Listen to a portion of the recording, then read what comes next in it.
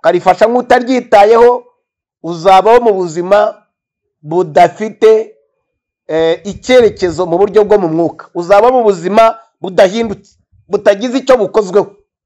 Noneho mu nyemerere twinjire nsobanure neza, ndashaka guhuza ijambo n'ibibaho n'ibikorerwa hano ku isi, noneho twunguke kumenya ijambo ry'Imana, twunguke kandi tugambirire dutere intambwe, tuve muri ibyo byiciro, tuve mu cyiciro cya mbere, tuve mu cya kabiri, tugambirire kujya mu cya kane cy'abaherwe mu rwego rw'abizera Imana ku kigero gishyitse. Imana ihabwa icyubahiro. Twagiye, niba ufashe jenda yawe ukaba ufite n'agakaramu, reka dutangiranye n'umurongo wa 11 mu gice cy'8 Luka. Haravuga ngo dore iby'uwo mugani atangiye abasobanura no kugira ngo bave mu rungabangabo basobanukirwe, kuko bamubazaga. Aravuga ati ariko yabwiye abigishwa ati mwebwe muzi ko nimuzi yuko mwahawe kumenya iby'ubwiru bw'Imana. Abandi barabyumva ariko ntabwo bajya bayishurirwa, barabyumva bakabisigaho. Abandi barabyumva ntabwo biyize, ntabwo bafite ubushobozi bwo gutahura kumenya iby'ubwami bw'Imana.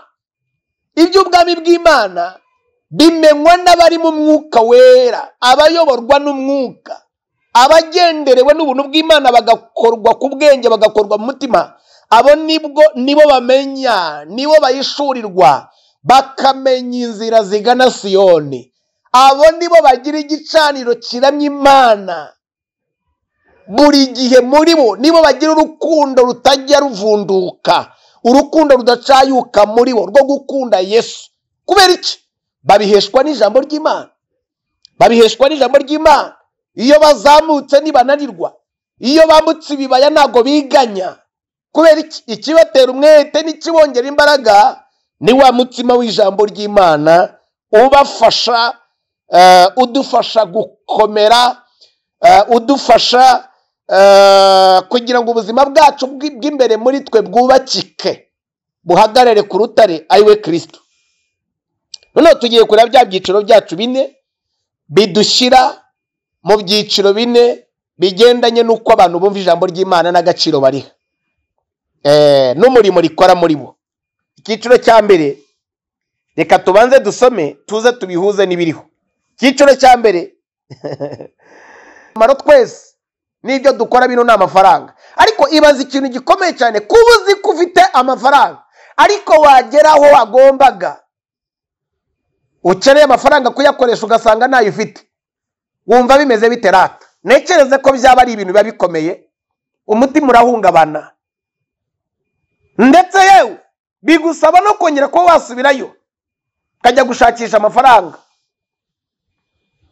Rero muri icyo gihe cyo guhungabana, nagira ngo nanone ari nabwo ari nako ukwiriye kuba uburemere. Niba ujya mu rusengero ujyanwa no kumva ijambo ry'Imana, ukagera iwawe mu rugo cyangwa ukagera mu kazi kawe, ugahura n'ibigomba kuba wakabaye ubyerera imbuto, ukababwira ijambo wize, ukababwira ijambo rigufasha, ariko mu kanya gato bakubaza ngo wize iki.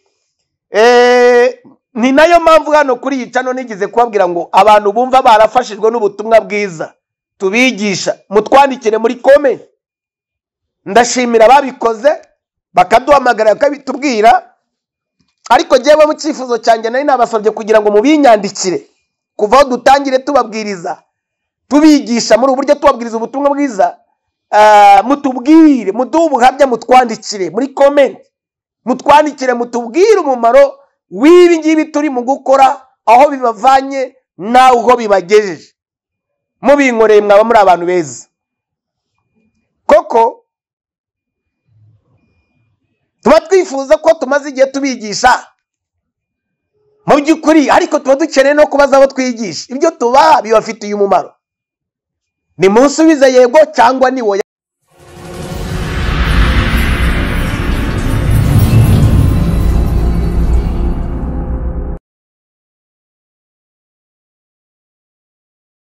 Ndabaramukije mwese bakundwa bene data, aho muherereye mu mpera z'isi, mu bihugu bitandukanye, ndabashuhuje bamwe nimwiriwe bitewe n'ibihugu muherereyemo, abandi nimwaramutse, abandi rero mwese ndabaramukije, mwiyumvemo ko mbifurije kugira ibihe byiza, mbifurije amahoro y'Imana, mbifurije kuba twese twabonera umugisha mu biganza by'Imana, imbere y'Imana.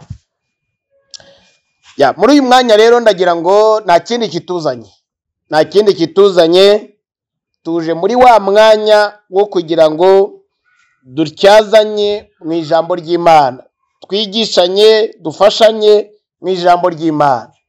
Twiyemeje kuri wa buri munsi, nk'uko imibiri yacu idasiba gukaraba no kurya, ni nako umwuka wacu udakwiriye gusiba kurya ijambo ry'Imana. Ijambo niryo rifasha roho, ijambo niryo rifasha roho. Niyo mpamvu rero muri aka kanya ituzanye, turagira ngo dufate umunota umwe n'igice tubaze dushimira abakunzi b'ijambo rya Kristo. Nagira ngo mbashimire cyane mbikuye ku ndiba y'umutima cyane. Imana y'amahoro ibaha umugisha mwese aho muherereye. Iyo ndebye ubwinshi bwanyu, message zanyu,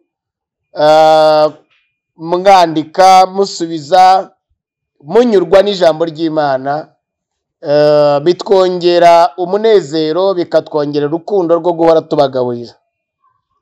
Rero tubasabiye umugisha, mbere yuko tubwiriza tubasabiye umugisha, muhirwe, ubugingo bwanyu burindirwe muri Kristo Yesu, ubugingo bwanyu bukomeze burindirwe mu Mwami. Niyo mpamvu rero nzanye ijambo, sinshaka kugutindira, nyemerera dusenge twinjire mu ijambo ryatuzanye uyu munsi. Mana, turagushimiye ko wera kandi ukiranuka. Turagushimira kubw'abantu bawe waduhaye kugira ngo natwe mu gihe nk'iki ubu buryo budufashe kuba ijambo ry'Imana. Reka rero iri jambo ryawe ryubaka umuntu, rizanira abantu benshi kujijuka, ku bakunzi b'ijambo ryawe, ku barikunda, ndavugira kuri abo barikunda. Reka iri jambo ryawe Mana ritume Umwuka wera rikoreremo, aheshe buri muntu wese kwiyumva ahagaze, kwiyumva igipimo ariho, riheshe buri muntu wese kujijuka, yumve ahagaze uyu munsi wa none, bitewe n'uko ijambo ryawe ridushyira mu byiciro bitandukanye. Reka rero aka kanya tubyinjiremo, maze ijambo rya ridufashe kandi riduteze, riduha imbaraga zo gukura, riduha umwete wo kugukunda, bityo noneho ridukuze, ritugeze ku gihagararo cyo kuba abakozi bawe beza n'abana bawe beza, mu izina rya Yesu, amen.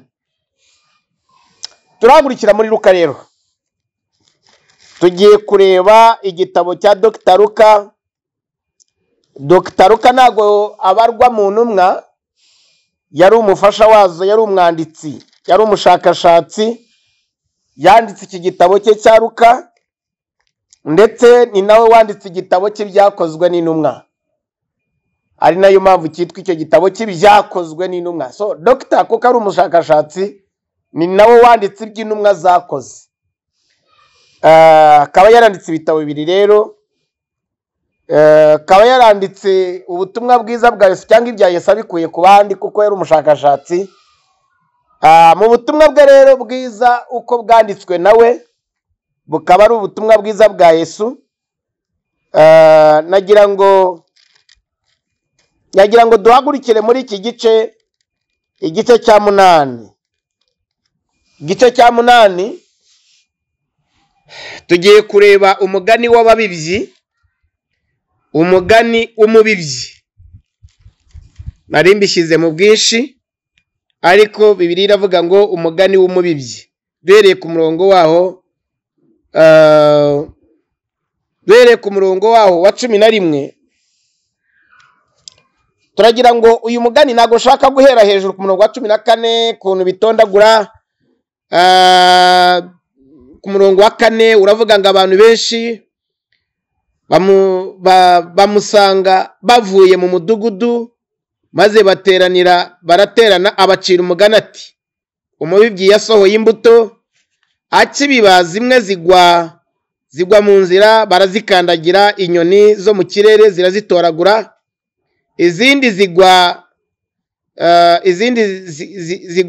zigwa ku kara, zimaze kumera ziruma kuko zahabuze amazi. Icyiciro cya murongo wa 4 wa 7, izindi zigwa mu mahwa, amahwa aramera nazo araziniga. Izo ku butaka bwiza ziramera, zera imbuto imwe 100 indi 100 bityo bityo. Amaze kuvuga atyo, ubwo nahereye ku murongo wa 4 abakunzi b'ijambo, igice cya 8 muri Luka, nahereye ku murongo wa 8, ariko mfite ikintu ushaka kuza kukugezaho gikuyemo ikintu uri buze kwiga. Niyo mpamvu nasabye kugira ngo unyemerere tugende buke buke, ndagenda soma akarongo ku kandi, ndabizi neza uraza kugira icyo nguka muri aya magambo muri iri jambo ry'Imana.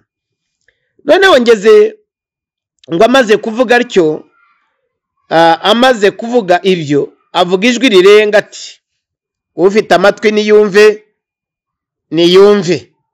Nuko abigishwa be baramusobanuza bati uwo mugani, bamusobanuza iby'uwo mugani.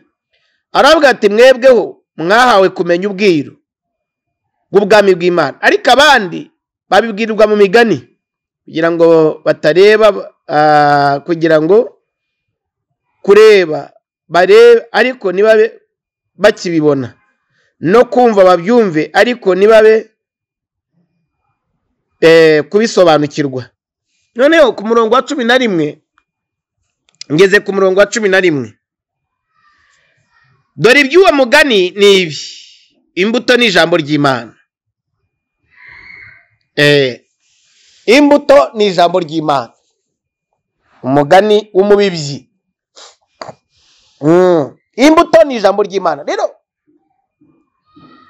yatangiye asobanura, noneho yatangiye asobanura, bakomeje kumusobanuza,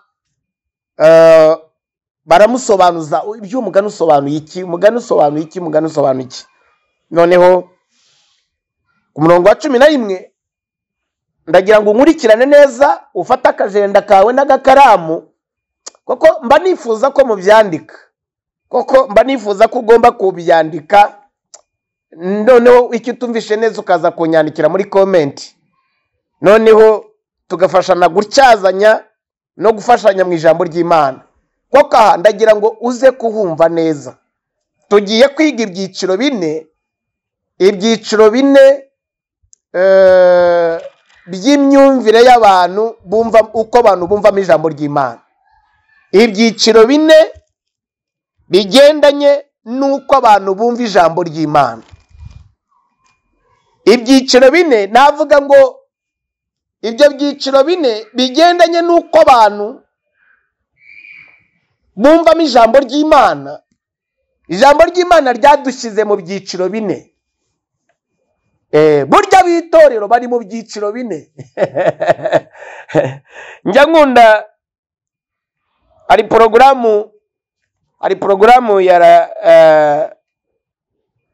porogaramu ya leta yacu yigize kudufata twese dushyira mu byiciro, ariko ubanze ngira ngo baranabikuyeho, bitanagikora, banze barabikuyeho koko sinyibyumva. Ariko mbere ibyo byiciro by'ubudehe ngira ngo murabizi, byo mvuga ngira ngo murabizi ko higizeho kubaho porogaramu ishyira abaturage ibashyira abaturage mu byiciro. Icyiciro cya mbere, icya kabiri, icya gatatu, icya kane. Icya kane rero cyitwaga icyiciro cy'abaherwe.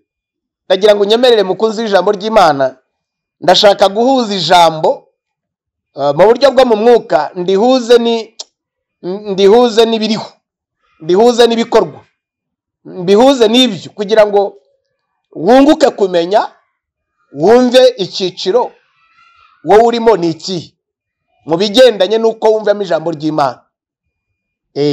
Nababwiye ko tugiye kuganira ibyiciro 4 mu buryo bugendanye n'uko abantu bagiye bumvamo ijambo ry'Imana, n'agaciro bariha, n'uburyo barifata, n'icyo rizana muri bo, aha rero niyo mpamvu nagira ngo unyemerere mukunzi w'ijambo ry'Imana, inshuti yanjye nziza, unyemere tugendane buke buke, tugende twumva ibi bintu, uraza kunguka kumenya ijambo ry'Imana, noneho ugambirire gukura mu buryo bwo mu mwuka. Ntuzongere gufata ibintu mu buryo bidahawe agaciro.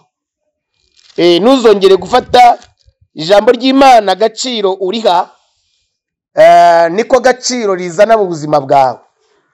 Ijambo ry'Imana umwanya uriha nizo mbaraga rishyira mu buzima bwawe. So buriya n'abanyarwanda baravuze ngo akebo kagiwa mugarura, agasozi kazamuka inka kamanuka indi. Iyo ni imvugo ya Kinyarwanda. So no mu buryo bwo mu mwuka rero, ijambo ry'Imana agaciro uriha naryo niwo mumaro w'imbaraga rishyira mu buzima bwawe. Iyo urifashe urijenjekeye ukarifasha nk'utaryitayeho, uzabaho mu buzima budafite icyerekezo mu buryo bwo mu mwuka. Uzaba mu buzima budahindutse, butagize icyo bukozweho. Noneho mu nyemerere twinjire nsobanure neza.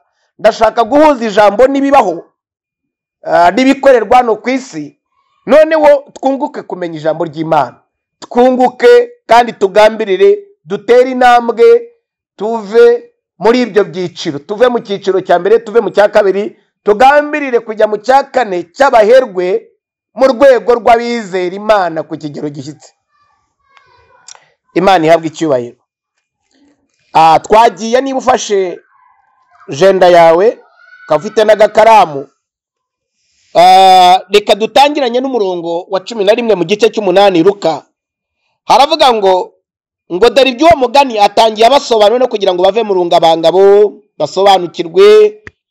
Koko bamubazaga, aravuga ati ariko yabwiye abigishwa ati ariko mwebwe muzi ko nimuzi yuko mwahawe kumenya iby'ubwiru bw'Imana. Abandi barabyumva ariko ntabwo bajya bayishurirwa, barabyumva bakabisigaho. Abandi barabyumva ntabwo biyize, ntabwo bafite ubushobozi bwo gutahura kumenya iby'ubwami bw'Imana. Iby'ubwami bw'Imana bimenywa n'abari mu mwuka wera, abayoborwa n'umwuka, abagenderewe n'ubuntu bw'Imana, bagakorwa ku bwenge, bagakorwa mu mutima. Abo nibo bamenya, nibo bayishurirwa, bakamenya inzira zigana Siyoni. Abo nibo bagira igicaniro kiramya Imana buri gihe. Muri bo nibo bagira urukundo rutajya ruvunduka, urukundo rudacayuka muri bo rwo gukunda Yesu. Kubera iki? Babiheshwa n'ijambo ry'Imana, babiheshwa n'ijambo ry'Imana. Iyo bazamutse nibananirwa, iyo bambutse ibibaya ntago biganya. Kubera iki? Ikibatera umwete n'ikibongera imbaraga ni wa mutima w'ijambo ry'Imana ubafasha, udufasha gukomera, udufasha kugira ngo ubuzima bwacu bw'imbere muri twe bwubakike, buhagarare ku rutare ari we Kristo. Noneho tugiye kureba bya byiciro byacu bine bidushyira mu byiciro bine bigendanye n'uko abantu bumva ijambo ry'Imana n'agaciro bariha, n'umurimo rikora muri bo. Icyiciro cya mbere, reka tubanze dusome tuze tubihuze n'ibiriho. Icyiciro cya mbere icyiciro cya mbere cy'ubudehe mu buryo bwo mu mwuka. Icyiciro cya mbere cy'ubudehe mu buryo bwo mu mwuka. Ndagira ngo mbihuze. Icyiciro cya mbere, nabumva ahangaha aravuga ngo imbuto ni ijambo ry'Imana. Izo mu nzira, abo nabumva, ni icyiciro cya mbere cy'abantu bumva ijambo ry'Imana. Nabumva ijambo ry'Imana, hanyuma umwanzi akaza akarikura, agakura ijambo. Nabumva ijambo, hanyuma umwanzi akaza agakura ijambo mu mitima yabo kugira ngo batizera ngo bakizwe. Abo ni abakristo, nabumva ijambo ry'Imana, nabari mu cyiciro. Abo ngabo twabagiranye n'abantu bari mu cyiciro cya mbere cy'ubudehe. Urabizi abantu bari mu cyiciro cya mbere burya cy'ubudehe abantu bari mu cyiciro cya mbere ngo ndiyo ndivugira ndaganira n'ab'iwacu hano. Icyiciro cya mbere cyo cyabaga kivuze ni wa muntu udashobora gutunga pasiporo ni wa muntu udashobora gufata inguzanyo, ni wa muntu udashobora kugira, ni ukuvuga ngo nyine abari mu cyiciro cya mbere cyo bita umutindi nyakujya utishoboye, wumva ko ubuzima bwe bwose yabaho kubera abandi atagize icyo yimarira. Icyo ni icyiciro kibi mu buryo bwo mu mwuka. Nabisegwe mbabwe ngo ndashaka guhuza ijambo ibi byiciro bine noneho mbihuze n'iby'ubudehe uko byadushyiraga mu byiciro, ko byadushyiraga mu byiciro. Noneho iki ngiki cya mbere cyatubwiye ngo, iki cyiciro cya mbere kiratubwiye ngo aba nabumva ijambo hanyuma umwanzi akaza akarikura mu mitima yabo kugira ngo batizera ngo bakizwe. Abantu bari mu cyiciro cya mbere mu buryo bwo mu mwuka ni abantu bahora batonda mu miryango ya kiliziya n'amatorero, ariko mu by'ukuri imbere muri bo badafite icyahindura ubuzima bwabo ngo bemezwe no gukizwa. Abo rero ni abakene b'ijambo ry'Imana, ni abakene bakeneye ubuntu bw'Imana kugira ngo ijambo ry'Imana ribajyemo, bave muri icyo cyiciro cya mbere, bajye mu rusengero bagambiriye kwiga kandi bamenye yuko uwo bakirana nawe atambaye inyama n'amaraso. Hano birire twereka ngo uyu muntu uri mu cyiciro cya mbere aba bumva ubutumwa bwiza burasobanutse, ni uwumva ijambo yarangiza ngo umwanzi akaza akaryiba. Mujye mumenya Bibiliya iratubwira ngo hano umwanzi araza akaryiba mu mitima yabo kugira ngo batizera bagakizwa. Buriya nari narayobewe impamvu abantu badakizwa ngo bahinduke mu mico muri kamere yabo. Buriya hari umwanzi urwanya intego yo gukizwa, hari umwanzi urwanya abantu kugira ngo badakizwa, mbese batamariramo volume mu buryo bwo gukurikira Yesu. Buriya hari abantu bamariyemo volume bakurikira Yesu, bamuha ubuzima bwabo. Niyo mpamvu dusoma ubutumwa bwabo bwiza, niyo mpamvu tubafata nk'urugero rwiza rw'ubutumwa bwiza. Abagabo bakurikiye Yesu baramukorera, bahinduka inyenyeri muri Afurika, bahinduka inyenyeri ku isi hose. Ubutumwa bwabo buhindura amagana n'ibihumbi n'amamiliyoni y'abantu ku isi. Abo ni abagabo bari mu cyiciro cya kane mu buryo bwo mu mwuka, bari abaherwe. Niyo mpamvu Abaheburayo 11, Abaheburayo 12 bavuga ngo ubwo mugoswa n'igicucu cy'abahamya bangana batyo, haleluya, ngo mwiyambure ibyashobora kubizingiraho n'icyaha cyababuza gukurikira Yesu, ngo mwiyambure ibyashobora kubabera inzitizi. Niyo mpamvu mwisigana ry'umukino burya hagira umwambaro umuntu yambara. Niyo mpamvu abantu bose basiganwa, Paulo yanabyanze avuga ngo uri mwisiganwa wese, umuntu wese wibwira yuko ari mwisiganwa yirinda atagwa. Niyo mpamvu aho reka tuba tuwaretse duhuze ibintu ndagira ngo duhuze ibintu. Icyiciro cya mbere cy'ubudehe mu buryo bwo mu mwuka nabumva ijambo, umwanzi akabashodokera akabambura ijambo mu mitima yabo kugira ngo badakizwa. Icyo nagira ngo ugihishurirwe, muzanywe no kuguhishurira ibintu, iri somo ryumve. Buri igituma utajya ukizwa, igituma udakurikira Yesu ku kigero gikwiriye, igituma imbuto zawe zikemangwa, buriya mu by'ukuri ni umwanzi aba adashaka yuko abantu bakubona ku kigero gishyitse. Ntabwo Satani aba ashaka yuko ukizwa ngo uranguze, ntabwo aba abishaka. Niyo mpamvu igihe Farawo Abisirayeli bamwingingaga ngo barekore bagende, yarababwiye ati okay, niba munyinya mugashaka ko mugenda nimugende, ariko nimujye kure. Hari igihe abantu batera intambwe yo gukurikira Imana bagakizwa, ariko umwanzi akabwira ati nimukajye kure y'icyaha cyane, nimukajye kure y'ibikorwa byanyu. bya bindi mwakijwe muhunga, bya bindi mwakijwe muvamo, noneho umwanzi akakongorera kamere yawe, ariho umwanzi yicaye muri kamere yawe idashaka gukurikira ibyo umwuka kuyoboramo. Noneho kamere ikakubwira ngo oya, na twa tuziriziri tw'imico yawe n'udutekinike ntukatureke, ntukajye kure y'utwo ngutwo. Jya ujya mu rusengero ariko n'utu ngutu tugumane, jya ujya mu rusengero n'utu ngutu tugumane.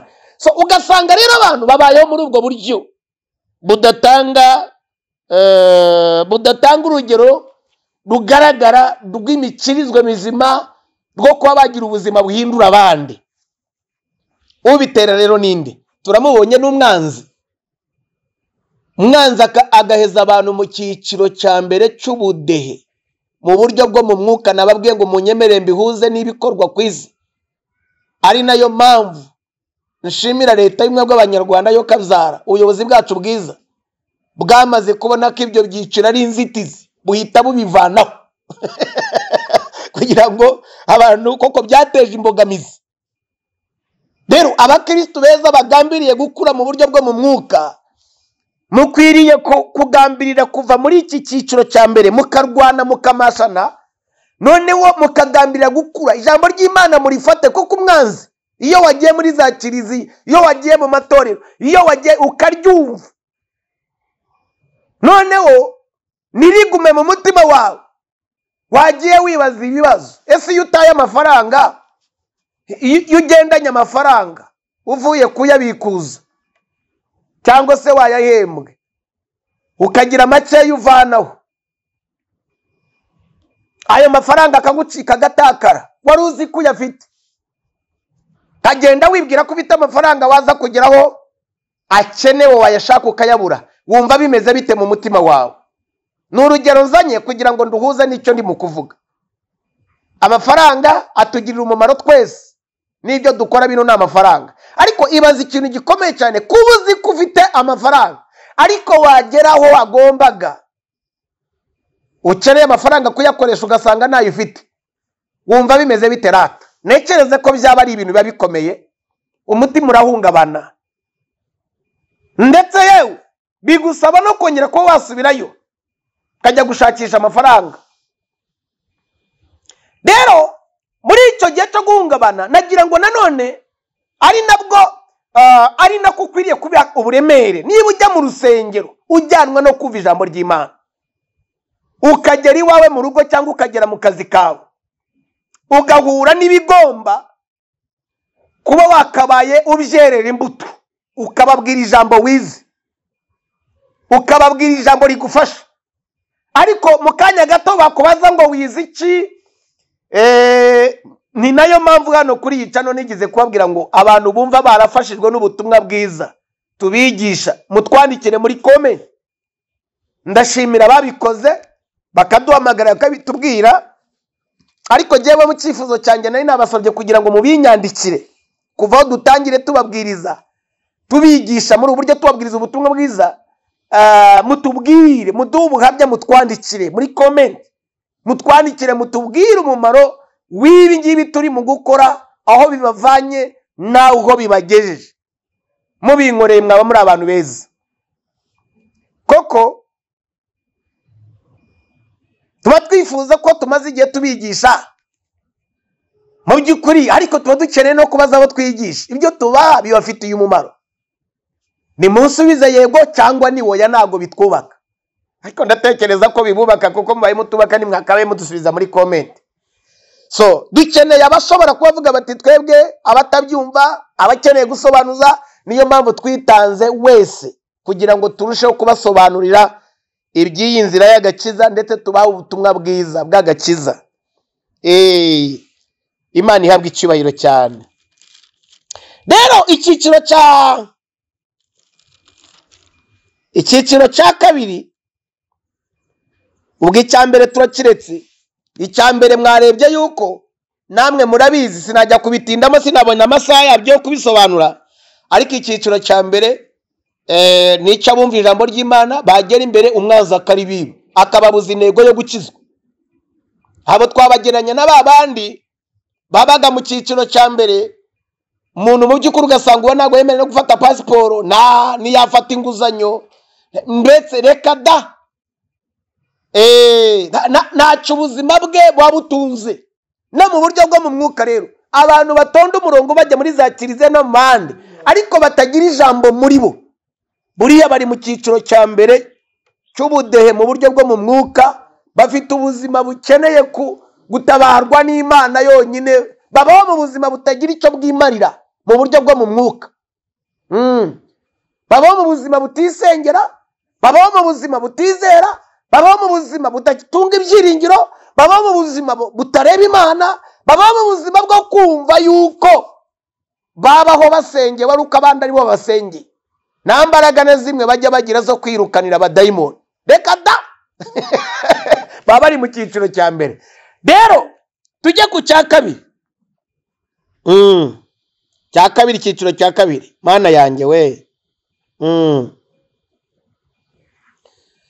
Icya kabiri, izaguye ku kara, abo ni abumva ijambo bakaryemera banezerewe ariko ntibagire imizi, bizera umwanya muto maze ibibagerageza byabageraho bagasubira inyuma. Icyiciro cya kabiri, izaguye ku kara, ni abumva ijambo ry'Imana bakaryemera bakanezerwa. Urumva abangabo icyiciro burya cya kabiri ni icy'umuntu ushoboye kuba yaryaho rimwe mu mwuzu. Icyiciro cya kabiri ni icy'umuntu ushoboye kuba yabona n'igaburo rimwe, niba mbyibuka neza uko byari bikurikiranye. Waryaho rimwe mu munsi, ushoboye kuba yakwitunga, ushobora kuba yakwirihira mituweli, ushobora kuba yagira ibyo agira. So ariko nanone ibibazo biri kuri ugasanga ni uruhuri. Rero izaguye ku kara, aba ni abumva ijambo ry'Imana bakaryemera banezerewe ariko ntibagire imizi. Urumva umuntu kujya mu rusengero akanezerwa abaririmba, akanezerwa abavuga ubutumwa, yewe n'ijambo ry'Imana akaritwaraho amasegonda muri we, ariko muri we ntagira imizi y'agakiza. Muri we ntagira imizi y'agakiza. Abo turabafite, ni nabo badafite icyo bungura mu bwami bw'Imana. Ni nabo mpamvu batagize icyo bungura. Uyu nguyu utagira imizi yo kwizera, utagira imizi y'agakiza, utagira imizi y'ijambo muri we, nta kintu wamusaba bigendanye n'uru rugendo rw'agakiza. Nta kintu wamusaba cyo mu nzira zo mu bwami yashobora gutanga muri we, kubera iki? Nta mizi afite. Ahora mu buzima bukurikira imiyaga aho igiye. Imana idutabare cyane, idufashe. Aya magambo mbigisha muyumve neza, muyumve mu mwuka, kuko ndahuza ijambo n'ibiriho. Ngo maze ibimugerageza byamugeraho agasubira inyuma. Izaguye ku kara, abo ni abumva ijambo bakaryemera banezerewe ariko ntibagire imizi, bizera umwanya mutoya maze ibibagerageza byabageraho bagasubira inyuma. Abo ni abari mu cyiciro cya kangahe? Mu cyiciro cy'ubudehe cya kabiri. Ni abatunga kwizera umwanya muto, ni abashobora kuba babwira abandi ko ari abakirisitu, ni abashobora kuba bakurikira ndetse bakajya muri za birizi, ariko utuyoga batujyanye umuntu akajya muri kiliziya yananyoye inzoga rwose, yanyoye, hakajya mu matorero rwose hagambiriye kujyamo gusa just kugira ngo ase n'umuntu wafatira amasaha, ariko intego si yo guhinduka. Abo ni abumva ibyo pasitori avuga, ariko mu kanya gato bagera hanze y'urusengero hagira ibintu bibacugusa bibagerageza, mu by'ukuri wa muntu agasubira inyuma akaba umupagani. Turababonye korona igihe yateraga, twarababonye korona yaje ari igipimo kigamije kugira ngo gicugusa abizera, cyerekana abafite imitima yizeye Yesu itajegajega, noneho n'abadigadiga n'abari muri iki cyiciro cya kabiri. Cya gatatu, icyiciro cya kabiri rero nababwiye ko ari wa muntu ushobora kuba yaryaho rimwe munsi, ushobora kwirira mituweli, ariko nanone uba ugitonda ku murongo, ushobora kuba yashaka ubufasha nawe akabuhabwa. Abantu benshi ni nayo mpamvu itorero mu buryo bwo mu mwuka, itorero ryahuye n'ikibazo cy'abakristo bazereraga. Ukavuga uyu mukristo azi pasiteri we, ugasanga abantu bamwe bafite abahanuzi bagendana muri za buto. Ndashimira ubuyobozi rwose bwakosoye ikintu gikomeye cyane. Iki kintu bakunze b'ijambo ry'Imana mu ibi bintu byaje ari ibintu bigamije nubwo bisa naho byakozwe bamwe niba byishimira abandi bigahutaza amarangamutima yabo, ariko nta bundi buryo byagombaga gukemukamo, nta bundi buryo byagombaga guhabwa umurongo, niko byagombaga gukora. Kubera iki warabere ukabaza umukristo ugasanga nazi pasiteri w'umushumba, ugasanga abantu barirwanga, ugasanga abantu bariyobora, ugasanga nta murongo birimo. Umuntu aravumbuka mu gitondo kuko afite ubushobozi bwo gusoma Bibiliya kumva ko n'ibindi byose bishoboka. Kuko afite ubushobozi bwo gusoma Bibiliya, cyangwa se umuntu akikora ati Imana irambwiye, ati Imana ivuganye nanjye. Ariko si wowe uvuye muri dushe Imana ivuganye nawe, uvuye guteka mu gikoni Imana ivuganye nawe, wowe ugira amahirwe aruta y'abandi twese. Abantu b'Imana tuyiryama imbere kumara iminsi 80 igaceceka ikazavugana natwe ayishakiye. None wowe urava muri dushe cyangwa urava mu bucuruzi bwawe umaze gutura gataro, uti Imana iramvugisha. Ntabwo ari byo, uracyari mu cyiciro cya kabiri cy'ubude. Ntabwo uragwiza imbaraga zo kwizera zigushyitse ku kigero cyo kuba wakoreshwa n'Imana, cyo kuba wagenda Imana utanayifite rwose. Yisa niyakwihoreye. Ibyo bihe ba Yesaya bagenda nabyo, ba Dawidi bagendanye nabyo, abakozi b'Imana bazima babaye abagabo bakomeye kuri iyi si, bahinduye amateka, bagendanye n'Imana. Siko Imana yagendanaga nabo buri munsi. Rero abantu bari mu cyiciro cya kangahe? Mu cyiciro cya kabiri ni abantu banezerwa umwanya mutoya ariko batajya bagira imizi. Abakristo batagira imizi batagira imizi y'ijambo, batagira imizi yo kwizera, batagira imizi. Abo bakristo bagoye Yesu, yewe banagoye n'igihugu, kuko nibo bagira ubuzima butukisha izina rya Yesu. Mbivuga gutyo. Nibo bagira ubuzima, mbivuga gutyo. Niyo mpamvu usanga ibintu byose byishushanyirije muri urugendo. Niyo mpamvu rero Yesu atakomeza kubirebera gabyihorere. Ijisho rimwe iyo utareba neza koresha ijisho rya kabiri, kugira ngo ibintu birusheho gutungana no gutuma Imana yahabwa icyubahiro. Icyiciro cya gatatu ni izaguye mu mahwa. Abona nabumva ijambo ry'Imana maze bakagenda, amaganya n'ubutunzi n'ibinezeza byo muri ubugingo bikabaniga, nibizere nibera imbuto nziza. Icyiciro cya kangahe? Cya kane. Icyiciro cya gatatu cy'ubude mu buryo bwo mu mwuka. Abantu bari mu cyiciro cya gatatu nabitwa ko bafiteho ibintu. Burya ngo umuntu uri mu cyiciro cya gatatu ashoboye kurya kabiri ku munsi, ashoboye kuba yaterana kangahe, ashoboye kuba yagira umuntu afasha mu rusengero, ariko ugasanga wa muntu ni wa muntu uhorana amaganya mu mutima. No mu buryo bw'icyiciro, mu byiciro biba bihari. Abantu bari mu cyiciro cya gatatu ni abashobora kuba yaba afite inzu ye yikodeshereza, nawe ushobore kuba yarya kabiri ku munsi, n'ushobore kuba atajya ku murenge ngo asabe imfashanyo. Amen. No mu buryo bwo mu mwuka nabumva ijambo ry'Imana ariko amaganya y'isi amaganya y'isi. Reka twongere tugisome icyiciro cya gatatu cy'ubude mu buryo bwo mu mwuka. Ngo izaguye mu mahwa. Nabumva ijambo ryaguye mu buzima busa n'amahwa. Ngo nabumva ijambo ry'Imana, ngo maze amaganya n'ubutunzi n'ibinezeza byo muri ubu bugingo bikariniga, nibera imbuto nziza. Abo ni abantu bitwa ngo bamenyewo. Abo ni abantu bitwa ngo barabatizwa. Ni abantu bitwa ngo barabwirizwa bakagira ibyo batwara, ndetse banabazwa bakagira ibyo basubiza. Abo ni abo dufite, ariko amaganya yabo ntibashobora gushyigikira ministeri ya Yesu. Ariko amaganya yabo atuma batera imbuto nziza.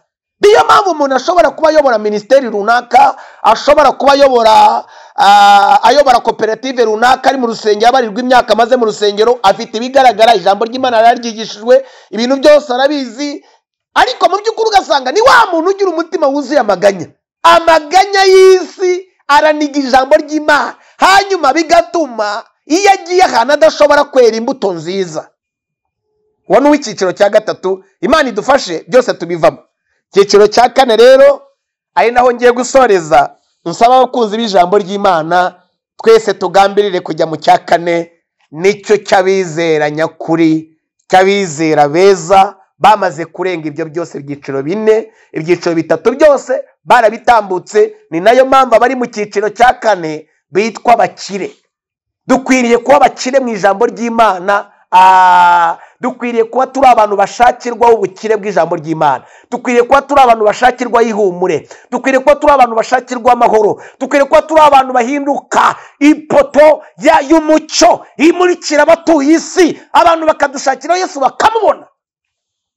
Icyiciro cya kane nakikwifurije mu izina rya Yesu, ubigambirire kandi Imana irakikugezamo. Urengeye byose bitatu mu izina rya Yesu, ugambirire gukura, uhinduka umuterankunga w'iyi ministeri, uhinduka umuntu muzima ushobora kuba utanigwa n'amaganya y'isi. Umenya yuko iby'isi ubifite, uko wavuye mu nda ya mama wawe uza kuri iyi si ni nako uzanayivamo utagize icyo uyijyanye. Niyo mpamvu ibyo ufite byose ukwiriye guhindukira abandi umugisha, ukwiriye kuba ufite icyo umaze muri uyu murongo w'ubutumwa bwiza.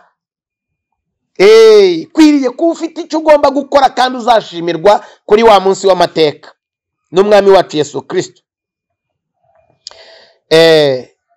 Icya kane rero, ngo izigwa ku butaka bwiza ni abumva ijambo ry'Imana bakarifata neza mu mitima inyuzwe myiza, bakera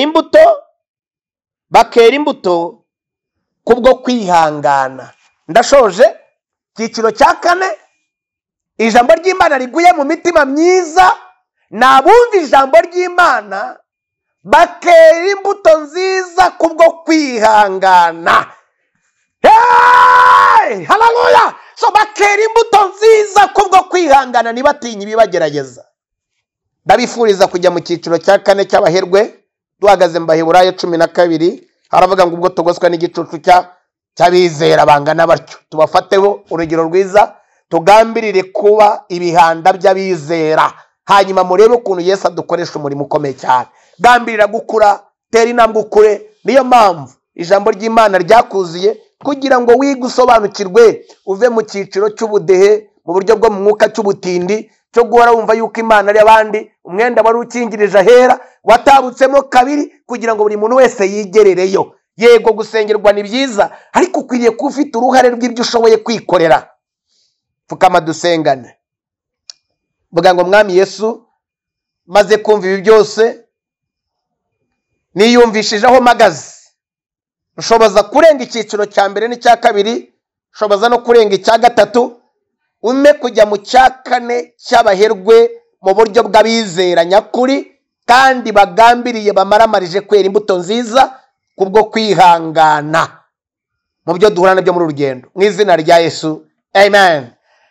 Bless you. Imana ibahe umugisha. Byari ibyiciro bine bidushyira mu byiciro, byari ibyiciro bine bidushyira mu byiciro mu buryo bugendanye n'uko twumva ijambo ry'Imana. Nagira ngo nsoze nkubaza, ubitekerezaho, ni umukoro nguhaye wowe unkurikirana, wowe undeba. Iyi video ndagusaba ngo uyimere buri muntu wese yitekerezeho, yireba aho ahagaze.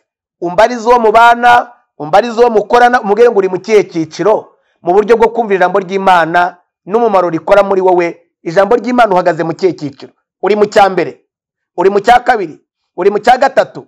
Uhagaze hehe? Cyangwa uhagaze mu cya kane cy'abaherwe mu buryo bw'abizera Imana bemeye no gutanga amagara yabo kugira ngo ubuzima bw'abandi burokoke?